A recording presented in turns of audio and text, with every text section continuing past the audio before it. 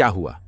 जब अयोध्या में प्रकट हुआ साक्षात पुष्पक विमान, राम मंदिर में काम कर रहे मजदूरों ने जब यह नजारा देखा तो सभी के पैरों तले जमीन खिसक गई। 22 जनवरी, प्राण प्रतिष्ठा से पूर्व अयोध्या में इतने बड़े चमत्कार का होना सभी को आश्चर्य में डाल रहा है। कुछ लोगों ने इसके साक्षात दर्शन किए हैं, जिन्होंने अपनी आंखों देखी जो बताएं, उसे सुनकर आपकी भी रोंगटे खड़े हो जाएंगे।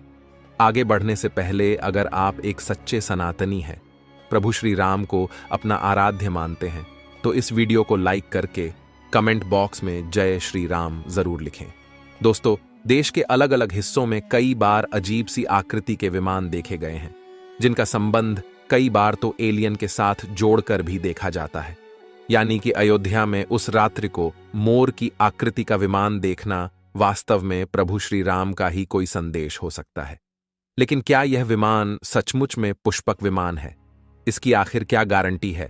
इसे समझने के लिए हमें पुष्पक विमान के रहस्य को अच्छे से जानना पड़ेगा। आपको पुष्पक विमान का रहस्य बताएंगे, जिसे समझकर आपको यकीन होगा कि अयोध्या में पुष्पक विमान का प्रकट होना कलयुग का सबसे बड़ा चमत्कार है। रामायण पुष्पक विमान का जिक्र है, जो पहले कुबेर के पास था। इसके बाद रावण ने उसे अपने सौतेले भाई कुबेर से लंका समेत बलपूर्वक हथिया लिया था। फिर रावण इसी के जरिए कहीं भी आता जाता था।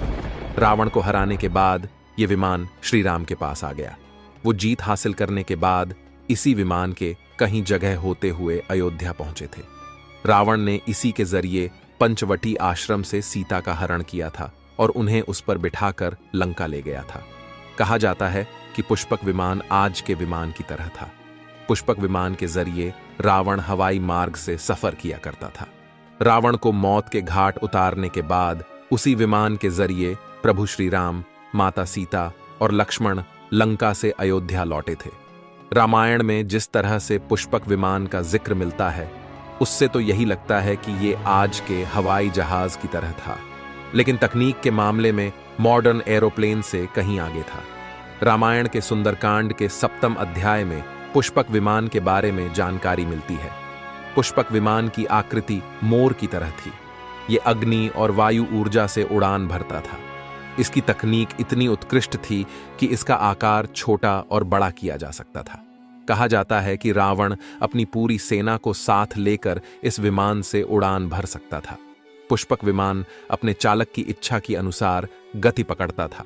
ये मन की गति से उड़ान भर सकता था। इसी पुष्पक विमान से प्रभु श्री राम, माता सीता और लक्ष्मण अयोध्या पहुंचे।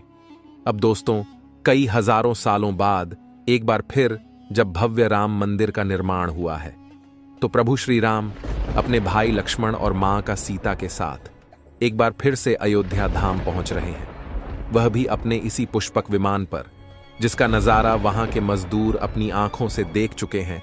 रामायण के प्रसंग में कहा गया है कि जब माता सीता को हरण करके रावण ले जा रहा था, तो रास्ते में जटायु ने अपने चोंच से रावण को चोट पहुंचाई थीगा। कोई भी बात अच्छी लगी हो तो लाइक जरूर करें, और हमेशा ऐसे सत्य चमत्कारी घटनाएं देखने के लिए हमारे चैनल को सब्सक्राइब करके आप बेल आइकन को प्रेस कर लें। अभी के लिए आप सभी दर्शकों को हर हर महादेव।